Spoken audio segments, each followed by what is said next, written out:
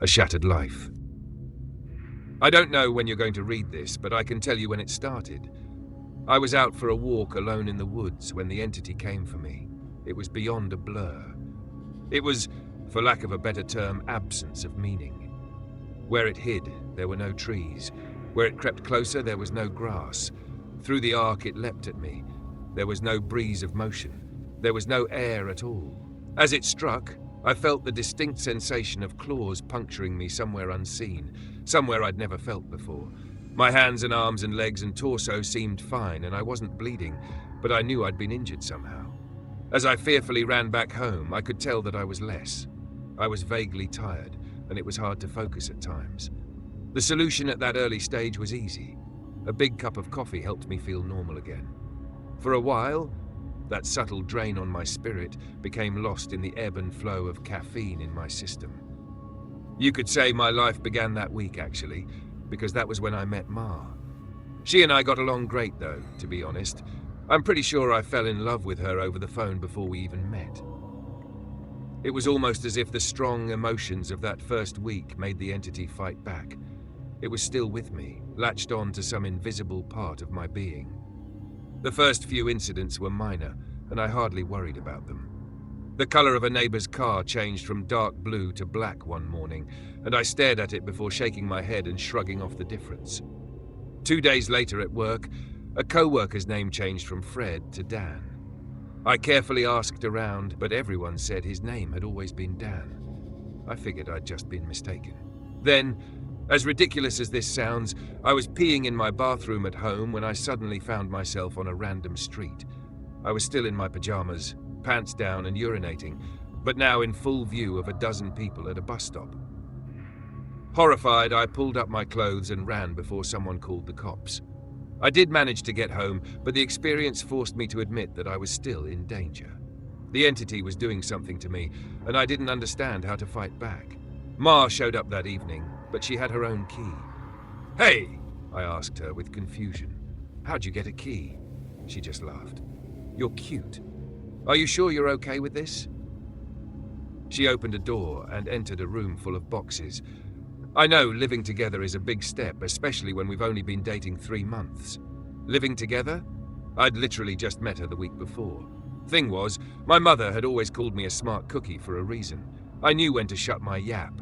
Instead of causing a scene, I told her everything was fine, and then I went straight to my room and began investigating. My things were just as I had left them, with no sign of a 3-month gap in habitation, but I did find something out of the ordinary. The date. I shivered angrily as I processed the truth. The entity had eaten 3 months of my life. What the hell was I facing? What kind of creature could consume pieces of one's soul like that? I'd missed the most exciting part of a new relationship, and I would never understand any shared stories or in-jokes from that period. Something absurdly precious had been taken from me, and I was furious. That fury helped suppress the entity. I never imbibed alcohol. I drank coffee religiously. I checked the date every time I woke up. For 3 years, I managed to live each day while observing nothing more than minor alterations. A social fact here and there, someone's job, how many kids they had, that sort of thing. The layout of nearby streets, the time my favorite television show aired, that kind of thing. Always, those changes reminded me the creature still had its claws sunk into my spirit. Not once in 3 years did I ever let myself zone out. One day, I grew careless. I let myself get really into the season finale of my favorite show. It was gripping, a fantastic story. Right at the height of the action, a young boy came up to my lounger and shook my arm. Surprised, I asked, "Who are you? How did you get in here?" He laughed and smiled brightly. "Silly daddy." My heart sank in my chest. I knew immediately what had happened. After a few masked questions, I discovered that he was 2 years old and that he was my son. The agony and heartache filling my chest was nearly unbearable. Not only had I missed the birth of my son, I would never see or know the first years of his life. Ma and I had obviously gotten married and started a family in the time I'd lost, and I had no idea what joys or pains those years contained. It was snowing outside. Holding my sudden son in my lap, I sat and watched the flakes fall outside. What kind of life was this going to be if slips in concentration could cost me years? I had to get help. The church had no idea what to do. The priests didn't believe me and told me I had a health issue rather than some sort of possession. The doctors didn't have any clue. Nothing showed up on all their scans and tests, but they happily took my money in return for nothing. By the time I ran out of options, I'd decided to tell Ma. There was no way to know what this all looked like from her side. What was I like when I wasn't there? Did I still take our son to school? Did I still do my job? Clearly I did, because she seemed to be none the wiser. But I still had a horrible feeling that something must have been missing in her life when I wasn't actually home inside my own head. But the night I set up a nice dinner in preparation, she arrived not by unlocking the front door, but by knocking on it. I answered and found that she was in a nice dress. She was happily surprised by the settings on the table. "A fancy dinner for a second date? I knew you were sweet on me." Thank the Lord I knew when to keep my mouth shut. If I'd gone on about being married and having a son, she might have run for the hills. Instead, I took her coat and sat down for our second date. Through carefully crafted questions, I managed to deduce the truth. This really was our second date. She saw relief and happiness in me, but interpreted that as dating jitters. I was just excited to realize that the entity wasn't necessarily eating whole portions of my life. The symptoms, as I was beginning to understand them, were more like the consequences of a shattered soul. The creature had wounded me, broken me into pieces. Perhaps I was to live my life out of order, but at least I would actually get to live it. And so it went for a few years, from my perspective. While minor changes in politics or geography would happen daily, major shifts in my mental location only happened every couple months. When I found myself in a new place and time in my life, I just shut up and listened, making sure to get the lay of the land before doing anything to avoid making mistakes. On the farthest flung leap yet, I met my 6-year-old grandson, and I asked him what he wanted to be when he grew up. He said, "Writer." I told him that was a fine idea. Then I was back in month 2 of my relationship with Ma, and I had the best night with her on the riverfront. When I say the best, I mean the best. Knowing how special she would become to me, I asked her to move in. I got to live through what I'd missed the first go-around, and I came to understand that I was never mentally absent. I would always be there, eventually. When we were moving her boxes in, she stopped for a moment and said she marveled at my great love, as if I'd known her for a lifetime and never once doubted she was the one. That was the first time I'd truly laughed freely and wholeheartedly since the entity had wounded me. She was right about my love for her, but for exactly the reason she'd considered a silly romantic analogy. I had known her my whole life, and I'd come to terms with my situation and found peace with it. It wasn't so bad to have sneak peeks at all the best parts ahead. But of course I wouldn't be writing this if it hadn't gotten worse. The entity was still with me. It had not wounded me and departed like I'd wanted to believe. The closest I can describe my growing understanding was that the creature was burrowing deeper into my psyche, fracturing it into smaller pieces. Instead of months between major shifts, I began having only weeks. Once I noticed that trend, I feared my ultimate fate would be to jump between times in my life heartbeat by heartbeat, forever confused, forever lost. Only an instant in each time meant I would never be able to speak with anyone else, never be able to hold a conversation, never express or receive love. As the true depth of that fear came upon me, I sat in an older version of me and watched the snow falling outside. That was the one constant in my life. The weather didn't care who I was or what pains I had to face. Nature was always there. The falling snow was always like a little hook that kept me in a place. The pure emotional peace it brought was like a panacea on my mental wounds, and I'd never yet shifted while watching the pattern of falling white and thinking of the times I'd gone sledding or built a snow fort as a child. A teenager touched my arm.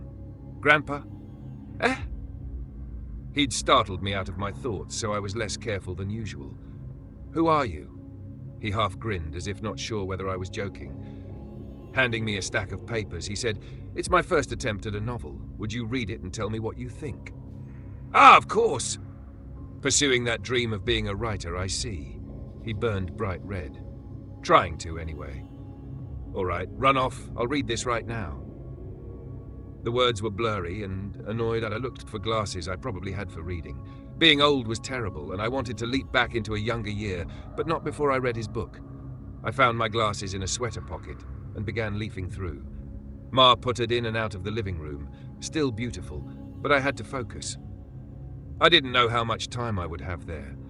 It seemed that we had relatives over.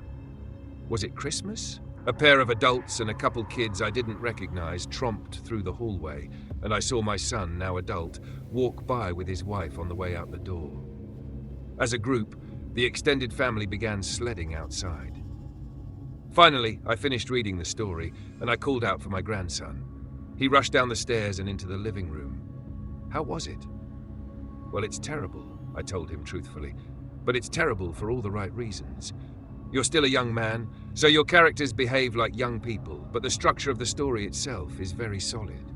I paused. I didn't expect it to turn out to be a horror story. He nodded. It's a reflection of the times. Expectations for the future are dismal, not hopeful like they used to be. You're far too young to be aware like that, I told him. An idea occurred to me. If you're into horror, do you know anything about strange creatures? Sure, I read everything I can. I love it. Warily, I scanned the entrances to the living room. Everyone was busy outside.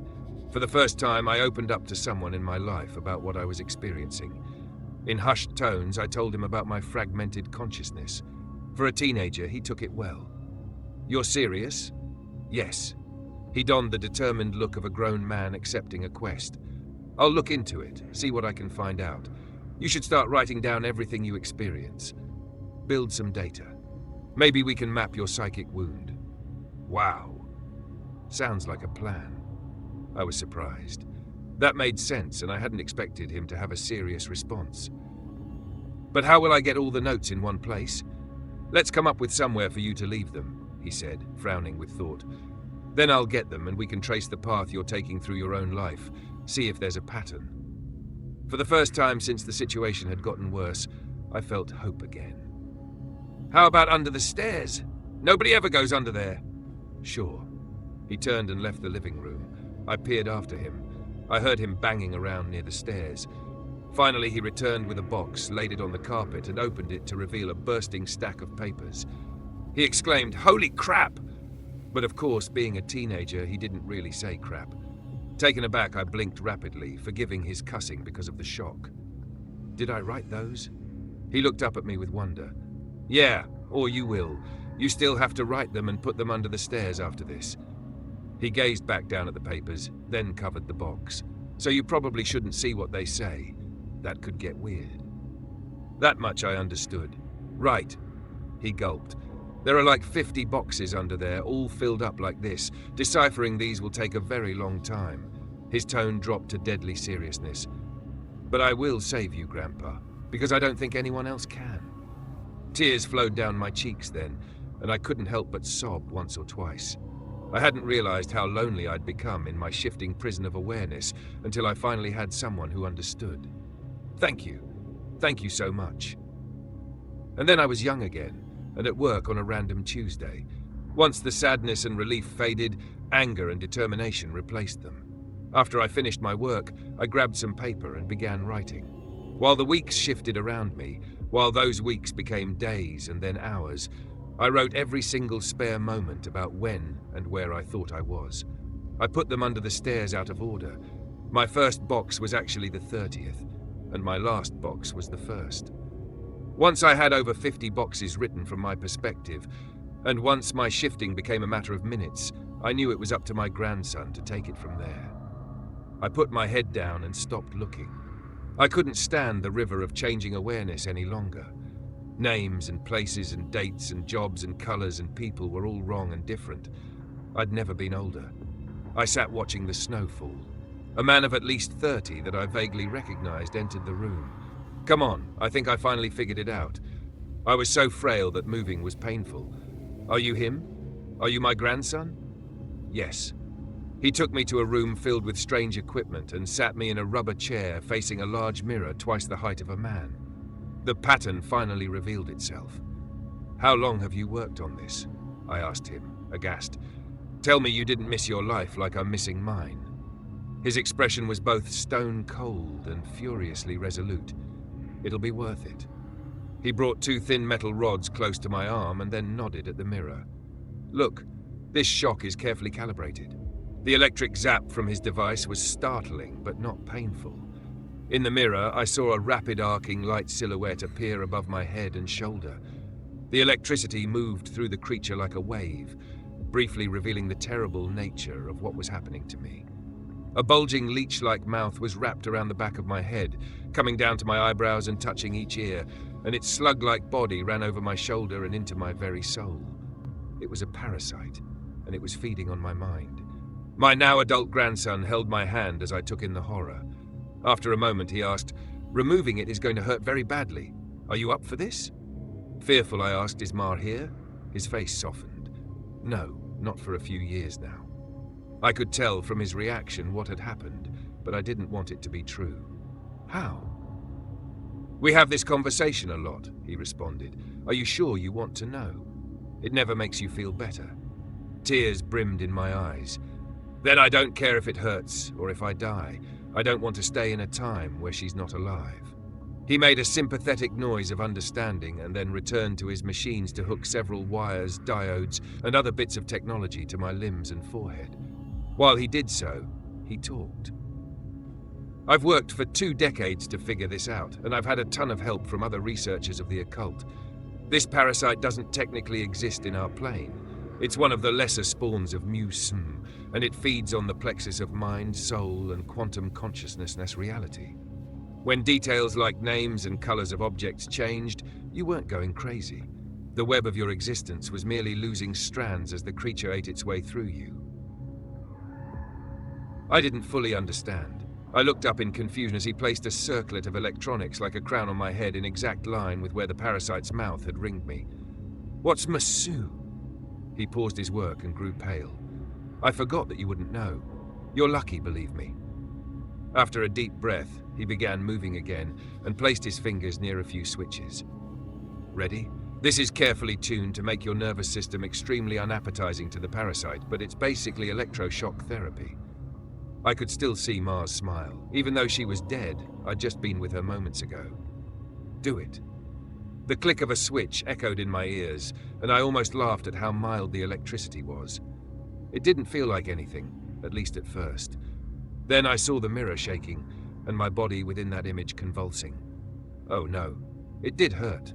Nothing had ever been more painful. It was just so excruciating that my mind hadn't been able to immediately process it.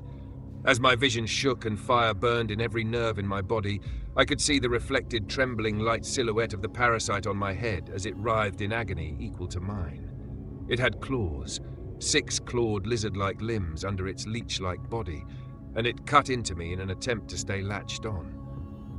The electricity made my memories flare. Mar's smile was foremost, lit brightly in front of a warm fire as the snow fell past the window behind her.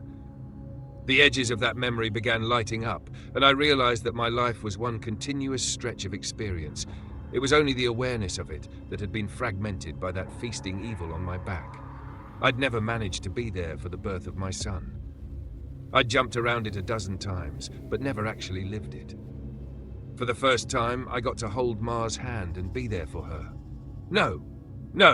That moment had shifted seamlessly into holding her hand as she lay in a hospital bed for a very different reason. Not this. God, why? It was so merciless to make me remember this. I broke down in tears as nurses rushed into the room. I didn't want to know. I didn't want to experience it. I'd seen all the good parts, but I hadn't wanted the worst part, the inevitable end that all would one day face. It wasn't worth it. It was tainted. All that joy was given back 10,000-fold as pain. The fire in my body and in my brain surged to sheer white torture, and I screamed. My scream faded into a surprised shout as the machines and electricity and chair faded away. Snow was no longer falling around my life. I was out in the woods on a bright summer day. Oh God. I turned to see the creature approaching me. It was the same absence of meaning, the same blank on reality. It crept forward, just like before, but this time it hissed and turned away. I stood, astounded at being young again and freed from the parasite. My grandson had actually done it.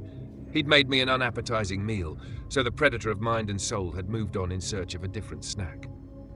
I returned home in a daze, and while I was sitting there processing all that had happened, the phone rang. I looked at it in awe and sadness. I knew who it was. It was Marjorie, calling for the first time for some trivial reason she'd admit 30 years later was made up just to talk to me. But all I could see was her lying in that hospital bed dying. It was going to end in unspeakable pain and loneliness. I would become an old man, left to sit by myself in an empty house, his soulmate gone long before him. At the end of it all, the only thing I would have left, sitting and watching the falling snow. But now, thanks to my grandson, I would also have my memories. It would be a wild ride, no matter how it ended. On a sudden impulse, I picked up the phone. With a smile, I asked, "Hey, who's this?" Even though I already knew.